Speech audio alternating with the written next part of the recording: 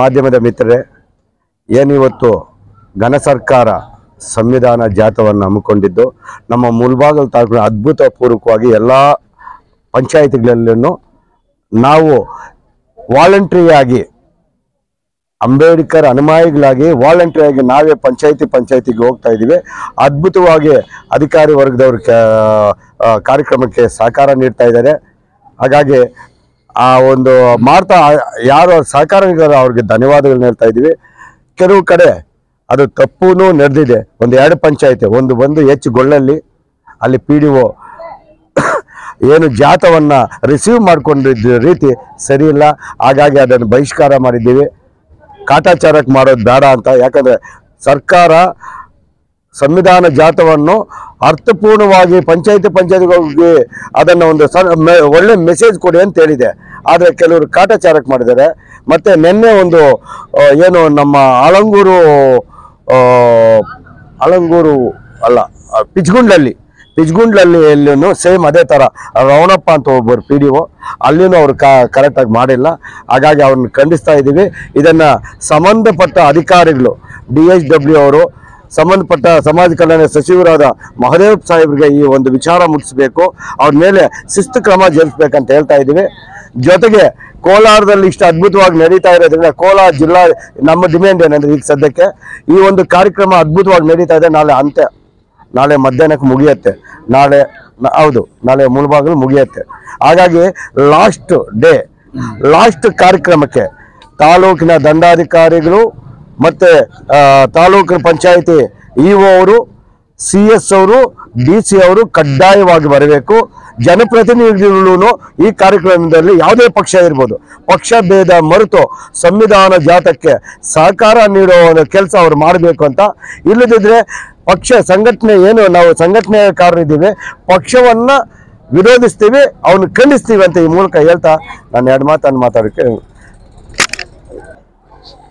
ಆತ್ಮೀಯ ಮಾಧ್ಯಮ ಮಿತ್ರರೇ, ಏನು ಕರ್ನಾಟಕ ರಾಜ್ಯದ ಒಂದು ಮಾನ್ಯ ಮುಖ್ಯಮಂತ್ರಿಗಳ ಹಾಗೂ ಸಮಾಜ ಕಲ್ಯಾಣ ಇಲಾಖೆ ಸಚಿವರ ಹಾಗೂ ಇರ್ತಕ್ಕಂಥ ಎಲ್ಲ ಕ್ಯಾಬಿನೆಟ್ ಮಿನಿಸ್ಟರ್ಗಳ ನೇತೃತ್ವದಲ್ಲಿ ಇವತ್ತು 75ನೇ ಸಂವಿಧಾನ ಜಾಥಾ ಏನು ಅಮೃತ ಮಹೋತ್ಸವ ಕಾರ್ಯಕ್ರಮವನ್ನು ಇಡೀ ಕರ್ನಾಟಕ ರಾಜ್ಯಾದ್ಯಂತ ಚಲಿಸಲಿಕ್ಕೆ ಬಿಟ್ಟಿದ್ದಾರೋ, ಅದು ಮೊದಲಿಗೆ ನಮ್ಮ ಮೂಡಲಬಾಗಿಲು ಅಂತೇಳಿ ಏನಿತ್ತು ಕೋಲಾರ ಜಿಲ್ಲೆಯ ಮೂಡಲಬಾಗಿಲಿಗೆ ಮೊದಲು ಕೋಲಾರ ಮುಗೀತು. 2ನೇದಾಗಿ ಮುಳಬಾಗಿಲಿಗೆ ಬಂದಿದೆ.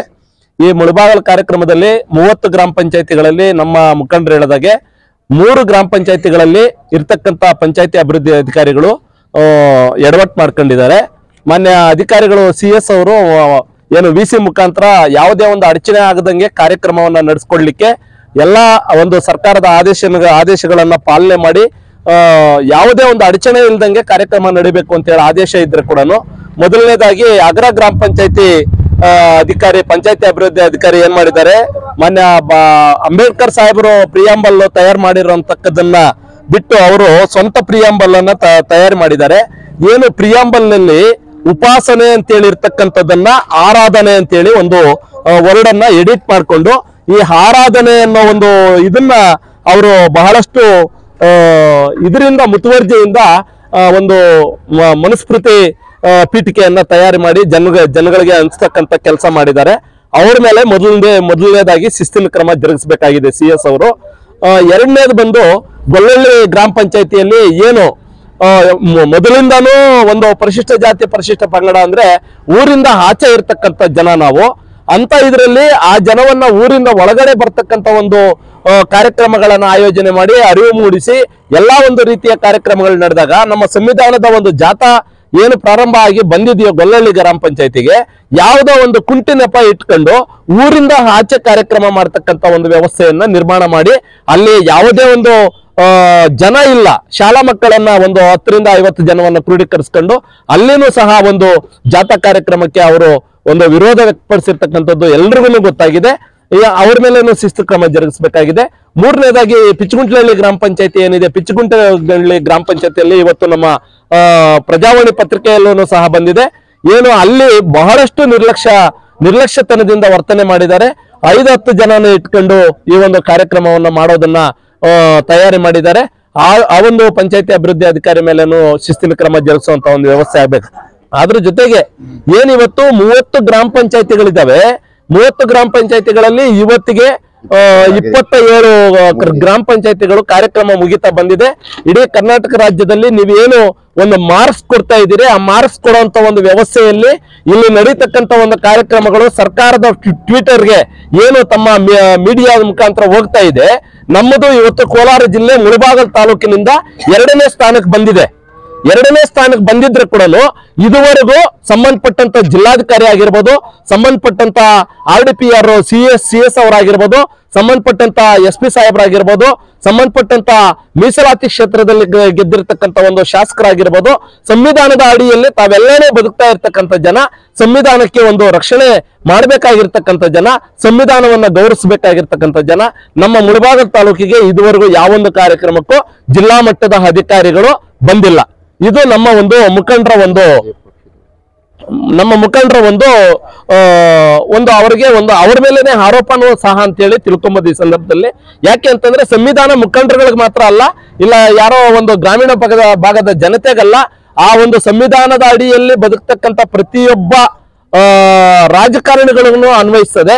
ಯಾವೊಂದು ರಾಜಕಾರಣಿಗಳನ್ನು ಹೆಚ್ಚೆಚ್ಚಾಗಿ ಈ ಕಾರ್ಯಕ್ರಮಗಳಲ್ಲಿ ಭಾಗಿಯಾಗದೆ ನಿರ್ಲಕ್ಷ್ಯತನ ಮಾಡಿರತಕ್ಕಂಥದ್ದು ನಮ್ಮ ಕಣ್ಣೆದುರಿಗೆ ಕಾಣ್ತಾ ಇದೆ. ಆದ್ದರಿಂದ ನಾಳೆ ಆವಣಿ ಹೋಬಳಿ ಏನು 3 ಪಂಚಾಯಿತಿ ಇದೆ, 3 ಪಂಚಾಯಿತಿಯಲ್ಲಿ ಕೊನೆ ಒಂದು ಕಾರ್ಯಕ್ರಮ ಆವಣಿ ಕೇಂದ್ರ ಸ್ಥಾನದಲ್ಲಿರೋದ್ರಿಂದ ಆ ಒಂದು ಆವಣಿ ಕೇಂದ್ರ ಸ್ಥಾನ ಅಂತಂದ್ರೆ ಅಲ್ಲಿ ಒಂದು